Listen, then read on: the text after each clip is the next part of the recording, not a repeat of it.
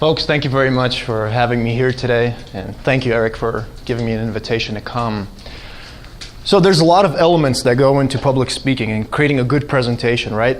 There's body language, there's confidence, there's also the way you deliver it, your voice, content, but all of those aren't important if you're missing one important one, and that's the audience. You can have all of those things, but if you don't calibrate your topic to what your audience is, you're most likely going to fail in your speech. At least that's what the audience is going to feel like.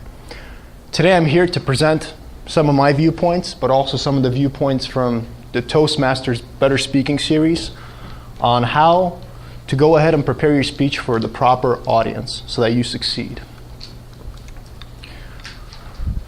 So, your audience is very diverse in most places, unless it's a specific work-related topic.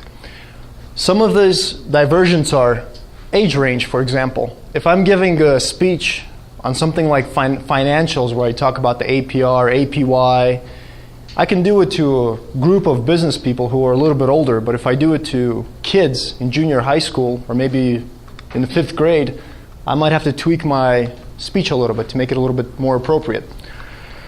What about the male to female ratio? This sometimes comes into play because if you have one that overpowers the others, some of your topics within your speech might have to be tweaked. Occupational economic status.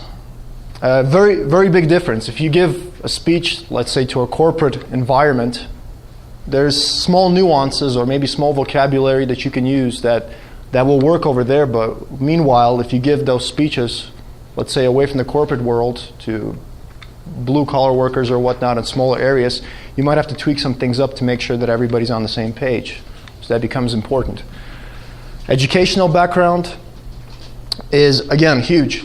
Let's say you know a lot about your topic and you're giving a speech to somebody who doesn't know much. You have to tweak it to make sure that that person can understand from the very foundation of where you're coming from to the very end. Otherwise, you'll lose them in the first 5 minutes. Political orientation. This one is probably a very important one, and it's a tough topic. If you talk about politics in your speech, make sure who the people in your room are. Are they open-minded relatively? Are they a little bit closed-minded? Are you at the Republican convention, Democratic convention? If you mix those up, your speech can go either way. All right? Finally, leisure activities. Of course, you're not going to go give a motorcycle speech to a bunch of guys or gals that love boating. It's going to make little sense.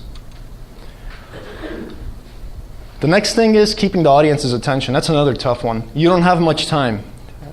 You can talk, but there's only a small amount of brain power for the audience to sink in and actually grasp the information that you're giving. So how can you improve that? Room acoustics, one thing. Projecting your voice. God, if you talk very quietly in one little corner, people are going to go asleep, or they're just not going to pick up the information. Seating, make sure everybody's seated around you so that you can talk to the whole room instead of just one person.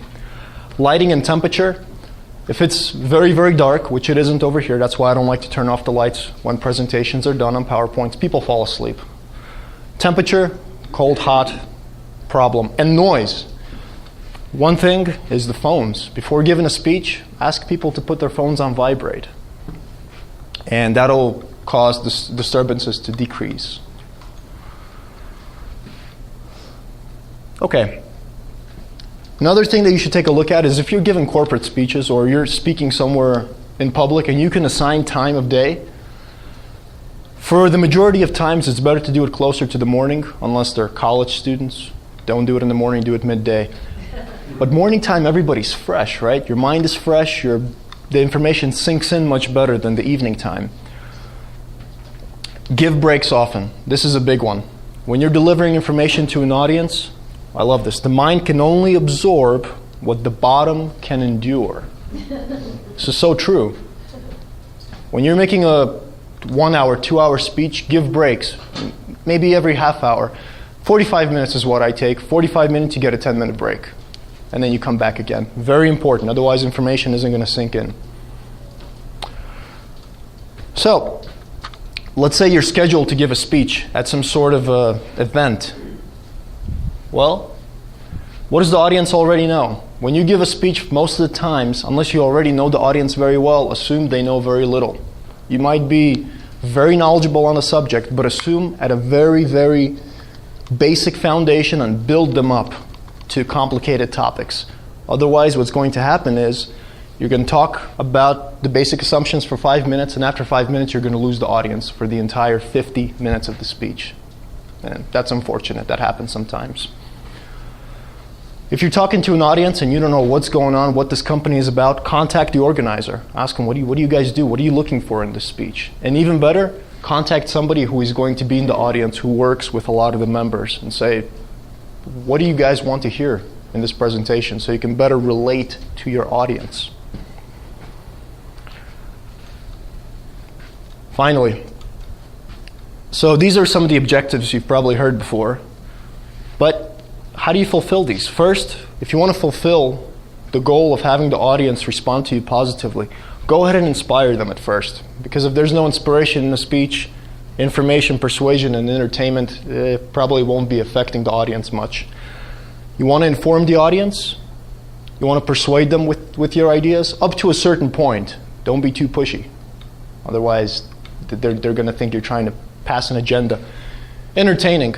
A little bit of humor always helps in a presentation as well that you're giving. Finally, the most important thing, these are important, but none of them are as important as give value. Whenever you give a speech, this is the biggest thing you can give to an audience. Audience is looking for value. They don't care about what I know. They don't care about what you know. They care about, okay, this person has given me the information. How can I use this? Maybe practically, maybe how can I relate this into my thinking somehow?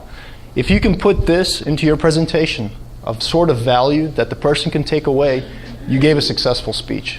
That is huge.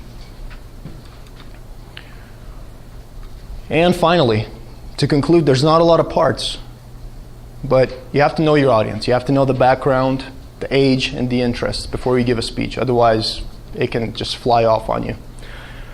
Control your environment. Make sure the projector is ready. Make sure you have a nice environment that's not hostile. Project your voice, otherwise people will fall asleep. And the most important thing, and this comes from experience and it grows with experience, and nobody's perfect, we're all learning. Keep a positive energy and calibrate. Calibrate to your audience. Audience will ask you a weird question. Calibrate to answer it right. You'll always work on this little calibration thing. How should I do this? How should I do this? Should I ask questions now or should I ask questions later?